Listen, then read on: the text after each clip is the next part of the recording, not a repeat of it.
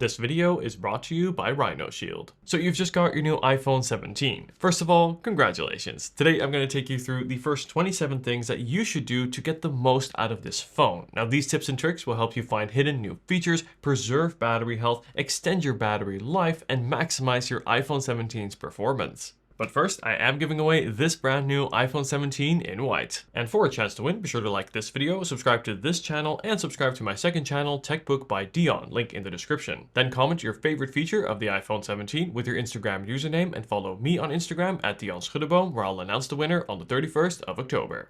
Alright, so to start, we're going to look at preserving battery health. This is very important as this is going to help your battery last longer and by extension, your iPhone last longer. So to do this, we are first going to jump into settings and then we're going to scroll to where we find battery right over here. And then we're going to scroll down here to where we find charging. And in here, we have two options. Now, with iOS 26, first of all, we do have the ability to set a charge limit. Now, why would you want to do this? Well, for lithium-ion batteries, like the ones in the iPhone 17, it is best to keep the charge at up to around 80 to 90%. So you can actually set a charge limit, and that is effectively going to reduce the maximum charge of your iPhone. You can see we can bring this down to 95, or we can even bring this down to 90, all the way down to 80. But of course, the downside to this is that it will cost you 5 or 20% of your battery capacity, depending on which you choose. So for most people, including myself, I recommend you actually use the second option. So instead of using the charge limit, we are instead going to use optimized battery charging. And you'll see that we can only use one at a time. And optimized battery charging, I think, is the best of both worlds, where it's going to help preserve your battery health by staggering how your phone charges. So for example, let's say you plug in your phone when you go to sleep at night at say 11 p.m. It's first going to charge from 0 up to 80% battery and then wait with the remaining 20% till closer to when you typically wake up and unplug your phone, let's say at 7 a.m. Now, why is this important? Well, this is going to stagger the charge, meaning your phone won't charge as fast, and that's going to produce less heat. And heat is the #1 killer for battery health. So when you're charging at night, you don't need to charge very fast, of course, because you have many hours while you're sleeping. And for that, it's going to optimize the charge schedule based on how long your phone is typically plugged in. So the second option here is the one that I recommend for most people. It is also the one that I use to help preserve my battery health. But if you're a diehard battery health saver, this first option here is what you want to use. And now briefly, I want to talk about the best way to charge your phone, as I've definitely had some questions from you guys in the comments on previous videos. Now, the iPhone 17s do now charge faster, and this is great for certain occasions, but that doesn't mean you always have to charge your battery faster, as in fact, it is actually better to charge your battery slower. So for protecting your battery and keeping your battery health as high as possible for as long as possible, it is actually best to use a slower or lower watt charger. For example, a 10 watt brick or maybe even a 15 watt brick, something around there will be best, as it's not going to charge your phone as fast, and that means there'll be less heat produced, and again, heat is greatly going to deteriorate your battery over time. Now, I also recommend you use a wired connection as opposed to wireless charging, as wireless charging, because it will produce a lot more heat, you will also notice that your phone is typically warmer when you're charging wirelessly, a lot more energy is lost, and it's also going to produce more wear for your battery. So the best thing to do is to plug in via a wired connection and then use a lower watt brick. Now, does this mean you should never fast charge or never wirelessly charge? No, of course not. If there are moments during the day, for example, you need a quick top up or you've got a handy wireless charger at your desk, that is completely fine to use every once in a while. What is most important is how you charge your phone at night, because, well, this is what you do every night. And for that, once again, I recommend using a lower watt charger, 10, 15 watts, and a wired connection. That's going to go a long way, plus the setting that we looked at earlier, to maximizing your battery health and helping your iPhone 17 last longer. Perfect. So now let's take a look at the display of the iPhone 17. This is one of the biggest areas that comes with so many upgrades. The display is now larger, brighter, also faster, finally 120 Hz, so you have really smooth animations, and you also get an always-on display for the first time on the non-Pro iPhone. So let me show you how to set up the always-on display and how to customize it to match your style and wants. So to do this, we're going to go into Settings and then scroll down here to where we find Display and Brightness. And then in here, we're going to scroll down once more to where we find always on display. Then we're going to tap into that.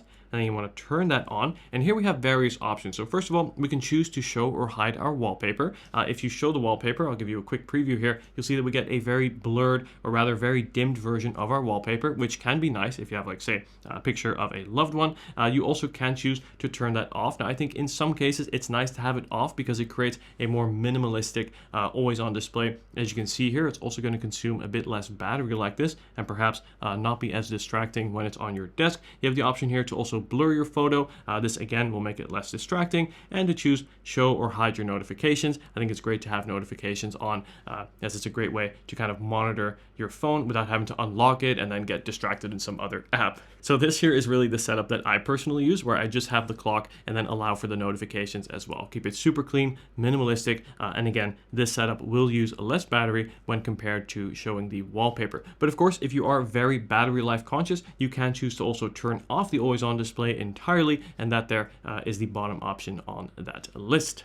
On the subject of the display, I want to talk about PWM. Now, PWM is pulse width modulation, and this is a screen flickering that is used by OLED screens to help adjust the brightness. Now, there's a small group of people, but I know from reading your comments, that are affected by the flickering of OLED screens. This can cause headaches, it can cause fatigue, eye strains, etc. And Apple have added a very neat feature within the accessibility settings to help remedy this if you are affected by PWM. And to change this, what we're going to do is jump into settings, and then scroll down to where we find accessibility. And then in here, scroll to display text and text size. And then here, we're going to scroll down once more to where we find display pulse smoothing, PWM. And you want to turn that on if you are affected by PWM. Now, if you're not affected like me, I suggest you just keep this off. This really is for those who do notice this and for whom it does bother. And I think this is a very good addition for Apple, from Apple here, to add to the iPhone 17s. Next, let's talk about the apps. So one of the first things I do on any new iPhone is change the default apps, because we all probably have our favorite browser, messaging apps, etc. So let me show you where to do this. We're going to jump into settings, scroll all the way to the bottom to where we find apps right here. And then up here at the top, we have default apps. Let's go ahead and tap into that. And here we can change a myriad of applications as default. So you can change your mail client, your messaging app. For example, I like to set that to WhatsApp. You have your browser. Perhaps you want to change it to Chrome. One thing, unfortunately, that you can change is your maps. I would love to see this added in the future. Personally, I prefer to use Google Maps, but as you can see, this goes a long way to setting up the default applications on your iPhone to get your favorite apps to always open. And this brings me to a useful feature within the messaging app, or really any application that uses a keyboard on your iPhone, and that is how to access the one-handed mode for the keyboard. So let's say here I've got a message thread. Look at how cute my dog Lucky is. And let's say you're walking down a busy street and you just can't reach the other end of the screen. This will especially apply if you're using the iPhone Air or the iPhone 17 Pro Max with their large screens, but this also works on the iPhone 17. And what you can do is press and hold on the globe icon, and then here you have two keyboard options. So we can move the keyboard to the left, and as you can see, that kind of scrunches the keys together and makes it much easier to reach the other end of the keyboard and to finish typing that message without having to bring in your second hand. And to expand the keyboard once more, simply tap on the arrow like so. Now, I'm left-handed, so I have it set to the left here, but I can also adjust it to the right for the same effect. And as you can see, that's going to make typing on your keyboard a lot more comfortable. Okay, this next one is super important if you use your phone to listen to music or basically listen to anything, and I'm pretty sure that we all do. So as you can see, I've got my AirPods connected, and I want to show you a really neat feature to help protect your hearing health, as your hearing health is so important, and if you're not careful, you can be damaging your ears without even knowing it by simply playing your music a little bit too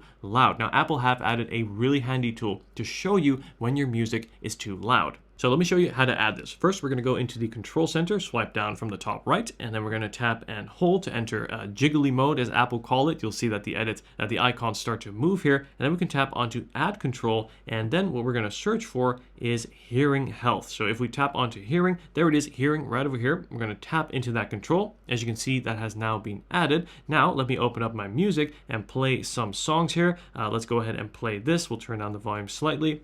And as you can see, if I go over to this control here, you'll see that we have this little pulse showing how loud the music is or whether it is too loud. So if I go ahead and turn this up a little bit, there you go. As you can see, it is now too loud and it lets me know. And then to turn it down a little bit, So we're back in the green, and I can even tap onto this here to get a more expanded view. Watch this as I turn up the volume. There we go. Right now it is too loud, so if I listen at this volume for too long, I will be damaging my ears, and I wouldn't know that without this control. So this here I think is a really great feature that I definitely recommend you add for the long term to say protect your hearing health. So very simple and always accessible here within the control center right over there.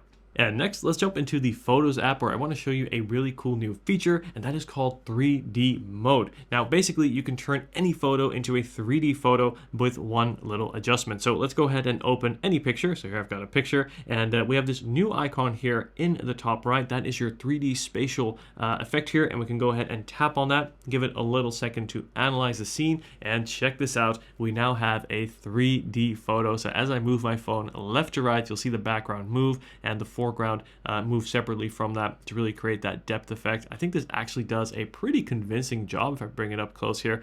This is just a fun way to kind of relive your photos and add a little bit more life to it. What is also cool is if you choose to set, let's say this picture as your wallpaper, the same effect will apply. So with your wallpaper, you can imagine with your clock at the top and your widgets, you can have that same cool 3D effect right on your lock screen.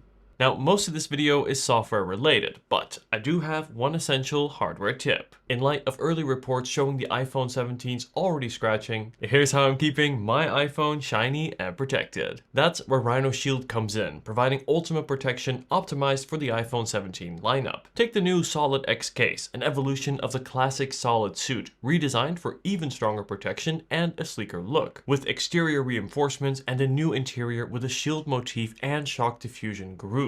Translation: 71% impact energy absorption, so much less impact on your phone, exceeding military drop standards while still light and comfy in the hand. Customization: endless. You can match your phone color, outfit, mood, or occasion to express your style. Even choose from collabs like this Beauty of Japan design. Or to show friends, because your phone deserves a case that says, "How you doing?" The clear case got a serious upgrade too, with slimmer edges, boosted impact protection, and a lifetime anti-yellowing guarantee. And if that doesn't show confidence in their products, I don't know what does. All in a design that is lighter than a piece of bread. You can get the clear case in different tinted colors, and it's also available with MagSafe. The Mod NX case lets you swap bumper and backplate at any time, and unlike Apple's bumper case, this bumper case exceeds military drop protection. But what about the screen? The Impact Protector Pro gives you glass-like clarity and plastic-grade toughness, the best of both worlds. Sustainability: Rhino Shield's got that covered too. All cases are made from a single material, so are 100% recyclable. And right now, Rhino Shield is doing a limited special promotion where if you buy a case, you get a massive discount on these screen protectors. And if you use my link in the description with code DION10, you get an additional 10% off your entire order. And now with iOS 26 on the new iPhone 17s, we have a completely redesigned camera app that I want to show you here real quick. So as you can see, the first thing when we open up the camera app, you'll see it gives you a much cleaner overview. You have your photo and your video mode here at the bottom of the screen. Now, if you are looking for other modes, you can swipe to the right. And as you can see, that can bring up the panorama or say your portrait mode. Portrait mode I love to use when taking pictures of others. And of course, you can also get more access to settings by swiping up, and this will allow you to turn on things like your live photo or go through your photography style. So overall, a big upgrade here to the photo app or to the camera app. I think it's a much cleaner, nicer look. But the biggest upgrade to the camera of the iPhone 17s is this right here, and that is the brand new 18 megapixel center stage selfie camera. So let me quickly show you why this is so special and what this does. So we're going to pull up the selfie camera. Hello everyone, you can see me here in frame. And with this new square sensor, because this sensor is now square, you can't see it, but it is underneath there, we have some really cool new features. And the first thing we can do is we can, with these two new controls here at the bottom, first of all, we can expand to have our view wider. So this is great if you're taking a selfie with, say, a significant other. But even cooler is if we then go and take a picture with, say, a group, instead of having to switch to landscape mode like this, the old-fashioned way, what you can do is instead press a second control here, and check this out. We're now taking a landscape selfie without having to rotate our phone. This is really, really great because this is just a much more comfortable way to hold your phone and still get that super wide shot to bring everyone in frame. And then a couple more tips and tricks I want to show you is here at the top, we have a new center stage button along the left side here, and that's going to allow us to turn on both auto zoom as well as the auto rotate. Now, these things are great to say you are taking a selfie and it determines that there's more people in frame. It will automatically zoom out and then switch to the widescreen mode to get everyone in shot without you even having to press those buttons. And with this in video calls like on FaceTime, this new selfie camera using center stage will also be able to follow you along the frame to keep you in shot if, say, you've got your phone set up somewhere and you're walking in the room. But wait, there's more. I've got one more really cool tip and trick, and that has to do specifically with the main camera on the back of the iPhone 17s, and that is a new dual recording mode. So to activate this, first of all, we're going to switch to the back camera, then we're going to switch over to video mode, and then what we're going to do is swipe up, and in here we have dual capture, and we're going to go ahead and tap that, and as you can see, it has now opened both cameras. So I have my selfie camera here at the top of the frame, and then the back camera here shooting on the majority of the frame. Now this here is great if, say, you are capturing a concert or you're at a live event and you want to capture both your reaction as well as what's going on in front of you. A great way to share life experiences. You can see we can also move the image of yourself around, and this will be reflected in the video, so you never cover the action. And I think this is here a really creative way to capture videos, and I think we'll be seeing a lot of this in social media and group chats around the world. Okay, so now that we've looked at some new camera features on the iPhone 17, let me show you some essential settings to change to unlock the best capture quality for the cameras, as these camera systems on the back are very powerful, but by default, not all the right settings are enabled. So let me go ahead and show you how to unlock the full quality pictures and video here on the iPhone 17. So first, we're going to jump into settings, and then over here on the main page of settings, we are going to scroll down to where we find camera. And then in here, we are going to scroll once more to where we find formats. And here you want to make sure that resolution control is turned on. Now, these are actually 48 megapixel cameras that you have on the back of your iPhone 17, but by default, it will take 24 megapixel photos. And by turning on this resolution control setting, we now have the option to capture full 48 megapixel photos. So to change to 48 megapixels, open up the camera app, and then here on the top left here, we see we have HEIF 24. Tap on that, and then we can switch over to 48 megapixels, and this is going to capture the best quality, the most detail-rich photo possible here on the iPhone 17. Now, one small tip I do have is that the 24 megapixel mode will be fine for regular day-to-day photos, as this file format will be smaller, so it won't take up as much storage. But for those special occasions or things where you want just the best quality photo, I definitely recommend you switch over to 48 megapixels to get all the details. And now let's switch over to video. So if we go back one page here, we have the record video setting, and we can actually change what the default resolution is going to be. So by default, this will be set to just 1080p, and I think 1080p it's not bad, but if you have 4K, you definitely want 4K. In fact, this video you're watching right now is shot in 4K, and you want the best possible quality, and I suggest you set it to 4K at 30 FPS. Now you can also set it to 60 FPS. This is great if you want to slow the footage down, but for the sake of file size, I think 30 FPS at 4K is going to be the sweet spot between maximum quality while not having crazy file sizes either. So definitely recommend you set that to 4K at 30. And just quickly beneath that here, we have also the option to turn on or off HDR video. Now, HDR video will be on by default. If you don't know what this is going to create very bright video and going to give you high dynamic range, which does give you more detail in the darker and lighter parts of the frame. But the downside is, well, your video will be super, super bright. So personally, I like to actually turn this off for video and then keep it on for photos. And one setting you definitely want to make sure is turned off is auto FPS. So just beneath that here, you want to make sure that there is turned off. You don't want your frame rate changing while you're recording video. Apple does this to kind of help keep your shot brighter if you're filming, say, late at night. But in reality, it creates choppy and very inconsistent video that, especially if you want to edit, is just going to be a pain to work with. So definitely want a consistent frame rate and make sure that there is turned off. And one new really cool feature with iOS 26 that is very handy is actually going to prompt you to clean your lenses if the camera detects that they are dirty. Of course, you use your phone all day. Sometimes you need to give your lenses a quick wipe to get the best quality photos, and it will actually prompt you to do that. So to make sure it does that, you want to make sure that this setting here is activated by going back one page within the camera app, within the camera settings menu, and then we're going to scroll down here to where we find lens cleaning hints, and then it will show you that, prompt you within the camera app to clean your lens if it is needed, ultimately going to result in even better photos. And next, I want to show you visual intelligence. Now, for this, you'll have a new control here within your control center. This is the visual intelligence control right here. If you don't have it, we can simply tap onto add control and then search for visual intelligence. There it is right there. Now, what does this allow you to do? Well, this here is pretty cool as it basically allows you to point your camera at anything and ask ChatGPT, or well, Apple Intelligence, and then by extension ChatGPT for more information about what you point your camera at. So let's say here I've got this bottle of cologne. We can go ahead and open up visual intelligence, and as you can see, it will open up an app that looks similar to the camera app, and then you simply want to snap a picture of whatever it is you want to learn more about. There it is. And here we can choose to either do a reverse image search on Google to see more similar products, or we can even ask ChatGPT more about what this is. So if I go ahead and tap on ask, we'll tap on continue here.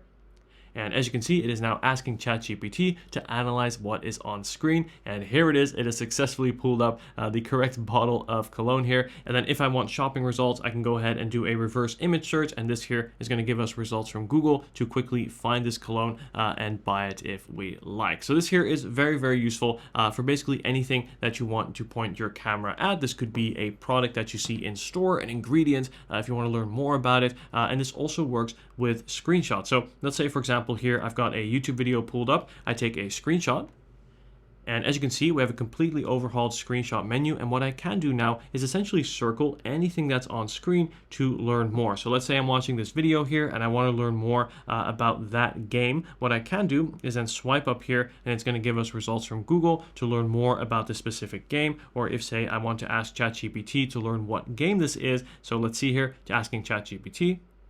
There we go, Cyberpunk 2077, great game, by the way, one of my all-time favorites. And as you can see, that is a great way to learn more about anything that's on screen. So like here, I'm watching a video and say I want to learn more about the game that's shown in that shot. I can simply take a screenshot and then ask ChatGPT to learn more. Sometimes it is easy to forget, but the iPhone 17 is, well, a phone, and sometimes we do use it to make and receive phone calls. But you know what's really annoying? Spam calls. Well, Apple have thankfully added a new setting within iOS 26 that is available on the iPhone 17 that is going to greatly reduce, if not eliminate, spam calls altogether. I've already used this over the past weeks, and it has been truly, truly great. So let me show you how to add this. What we're going to do is go into Settings, scroll all the way down to Apps, and in here, we're going to scroll down to P for phone. You can also search for it. There it is. And then once we're in the phone settings, we're going to scroll down to screen unknown callers. And here you have three options, and I suggest you go for ask reason for calling. Now, when you get a call from someone who is not saved in your contacts, your iPhone will actually answer for you on your behalf. Ask the caller to leave their name and the reason for calling, and then only then will it ring through, show you that information on screen, so you can then decide whether you want to take the call or not. This is fantastic. I have not noticed any spam calls over the past week, and that here is a great achievement.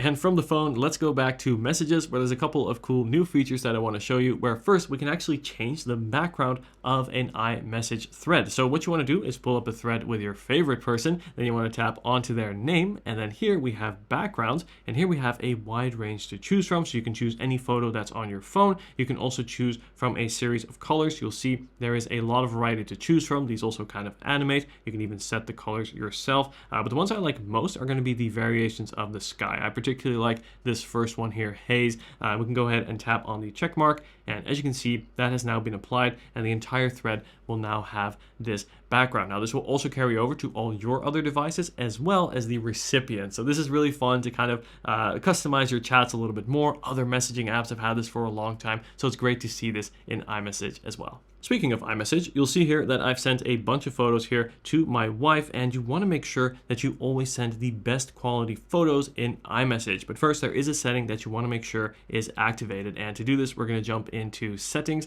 and then from here, over on the main page of Settings, we are going to scroll down to where we find Apps, and then go back to where we find Messages, so under M. And in here, we're going to scroll all the way down here to where we find Send Low Quality Preview Photos. You want to make sure that there is turned off, because this way it will send the original file, in other words, the best quality photo when you're sharing photos and videos for that matter with loved ones. This is one of the things I love about iMessage compared to other messaging platforms like, for example, Facebook Messenger, which will heavily degrade your photos. And in this case here, you get to send the full quality photos. Just make sure that setting there is turned off.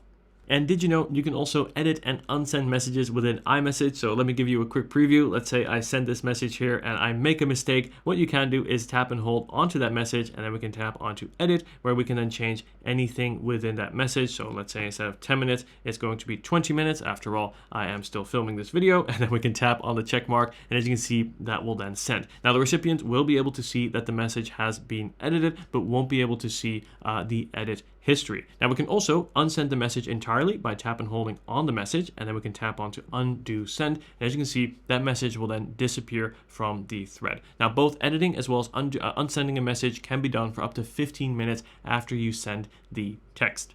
Next, I want to show you instant text. So here within the messaging app, you see I've got an example where if I type the characters OMW, it will automatically enter the entire phrase "on my way." And this is a great way to quickly share information or quick responses within a text. And let me show you how to add a couple more and some of my suggestions to add. So to do this, we're going to jump into settings and then tap onto general, and then scroll down to where we find keyboard right here.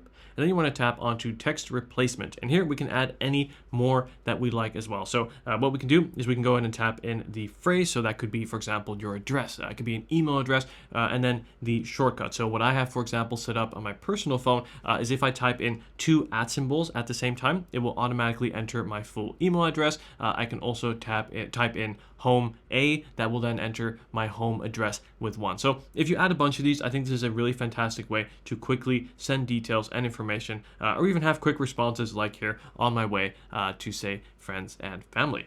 And now I'm going to show you how to save money. Yes, it is so easy to pile up on subscriptions that it's hard to lose track and know how many exactly you have, which subscriptions are active, and also how to cancel those subscriptions. Well, thankfully, Apple do make this quite easy. So what we're going to do is we're going to tap into settings here, and over on the main page of settings, we're going to tap onto your name. And then we're going to tap onto subscriptions, and in here you're going to find a list of all your subscriptions. You see, I keep things quite clean. I have Apple Music and iCloud Plus, really great by the way, to back up your phone, but more on that later. But you'll see here an entire list of all your subscriptions, and if there's one you want to cancel, simply tap into it, and then right there with pretty much one tap you can cancel the subscription. I love how easily Apple makes this, and this is a great way to go through and say remove game subscriptions or app subscriptions that you don't use that may be charging your account every month. And now I want to show you how to lock and also hide applications on your iPhone 17. This can be great for privacy as well as security. So to do this, first you want to find an application that you want to lock and hide. So let's say I'm going to pick up Monopoly Go right here. And what we're going to do is tap and hold on this application. And here you have the option to require Face ID. And if we tap onto that, we then have 2 options to choose. First, we can require Face ID. So this way, when we open the application, it'll be required to scan Face ID once again before the app will start running. And then secondly, you can also hide and require Face ID. And that's what I want to show you here. So first we're going to tap on hide and require Face ID. It will then require Face ID to unlock it. Tap on hide app. And as you can see, the application will then be completely hidden from your home screen. So how do you find this application? Well, now if we have to scroll all the way to the right to where we get to the app library, then scroll all the way down to the bottom, tap on hidden, use Face ID, and as you can see, the app will then appear. We can then see the application, but then again, to open the app, we have to scan once more for maximum security and protection. Yes, no one will ever know that I play Monopoly Go, and this is a great way to add some privacy and protection and hide apps that you want to keep more private on your phone with extra layers of security with Face ID. On the subject of security and privacy, let's make your iPhone more private, as of course our phones these days have so much personal data, and I think it's important to do an audit every once in a while of knowing which applications have access to what, specifically things like your location, things like your photos, as well as your camera. And to do this, we're going to jump into settings, and from here we are going to scroll to where we find privacy and security. And in here, first of all, let's take a look at location. So you'll see here, you see all the list of applications that want to have access to your location, and what you can then do is tap on an individual app and then change this to either never allow or only allow while using the app. I think either is okay. What you want to make sure is not selected unless you're really sure is always. For example, as you can see, Instagram, if I'm not careful, will always have access to my location, something that is obviously not necessary. They only need my location temporarily if, say, I'm making a post and I want to tag a location, and then even then, they don't need access to my precise precise location, right? They don't need to know the street I'm at. They just need to know the city or town if I'm on holiday or something. So what you can do is turn off precise location. That's only going to give Instagram, in this case, access to your rough location, not the precise location, and only give that information while you're using the app. So that is a really, really fantastic setting to set up. I'm of course picking here on Instagram, but it applies to basically all applications on your phone. Again, go through this list and make sure that you never see the word always, because if you do, you really want to go in there and think, does this app really always need to know where I'm at? Probably not. So definitely suggest you change them to while using, or turn off ones that don't need it. For example, Shazam, that doesn't need my location, right? Or I Hate Ironing, they don't need that either. So these are apps that I just turn off entirely, and other ones you really want to audit and make sure you know what they have access to and what not. And then if we go back one page, we have tracking. Now in here, you want to make sure that that there is turned off. So you may occasionally get a pop-up of applications asking to track you.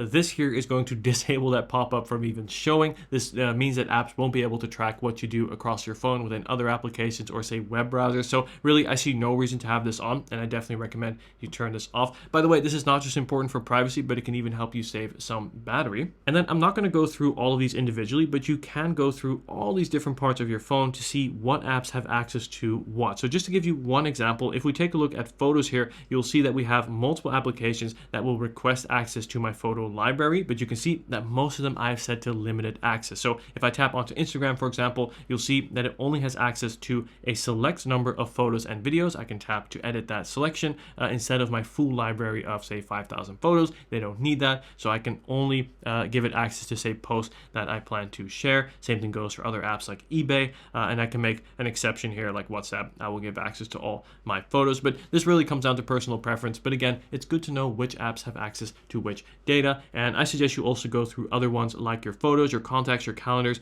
right, as well as things like your camera access, just to go through this whole privacy and security setting once, just to make sure that everything is up to date for your privacy.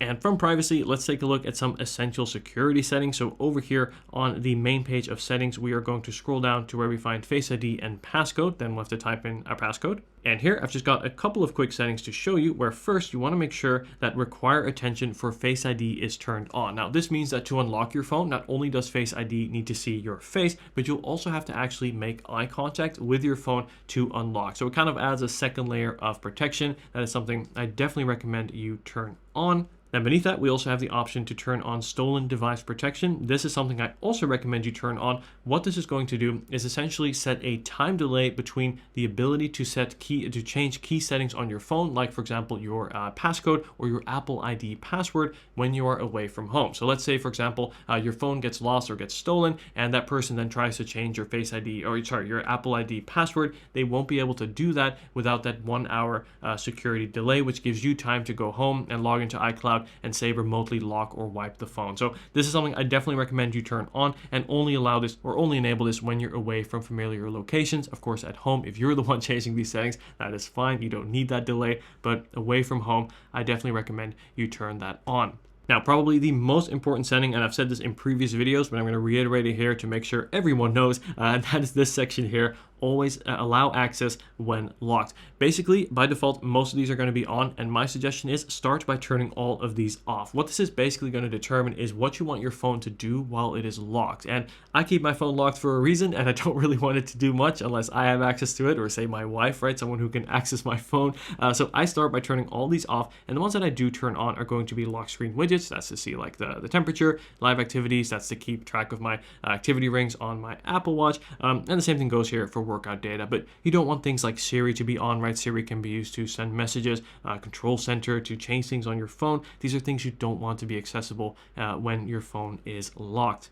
And finally, here at the bottom, we have the erase data option. Now, this is something that I turn on. I recommend it for most people. What this is going to mean is if, say, your phone is lost or stolen and someone tries to brute force their way in by guessing your password, if they get it wrong 10 times in a row, your data will automatically be completely wiped. So this means that even when your phone is lost and no longer safe, at least your data is. So this is one that I personally keep on just for peace of mind. Now, I do make some exceptions. I think if, say, you are a young parent or you may have some annoying siblings or friends who are going to then try and guess your password and make sure your phone wipes itself every week, you don't want that either, of course. So in that case, I suggest you don't use this. But for most people, this here is a really good lifesaver and just a reassuring feature to have on. Now, also, if you do activate this, you want to make sure that you have a backup of your phone. And there's two ways to backup. One is to back up to your computer, which is free, but is more time consuming because it requires you to plug your phone in and requires you to have quite a lot of free storage on your computer, something I personally don't have. So what I actually recommend is to back up via iCloud. So over in settings here, you want to tap on the main page, then tap onto iCloud. And here you have iCloud backup, and you want to make sure that there is turned on. You see, I have it turned on here for my main phone, and this phone it's not, but for my main phone you can see there I have it on, and this here is really important. Now you will probably have to pay for this, as free you will only have 5 gigabytes with iCloud, which isn't a lot, but for $1 you will get 50 gigabytes, and I have $3 per month, and I have 200, and I think that's really sufficient. And for $3 a month, which is what, $36 a year, to have always a ready, up-to-date backup of my phone if it is needed. So let's say this phone is lost or stolen, I just buy a new phone, restore from that backup, and act like nothing's ever happened, because all of my data will be there. This will copy over everything, your messages, your apps, your photos, all that, and it does a backup every night when you plug in your phone to make sure it is always up to date. It works perfectly in the background. You see, I don't have many subscriptions, as we saw earlier in this video, but iCloud is one of the few that I can personally wholeheartedly recommend just for that peace of mind.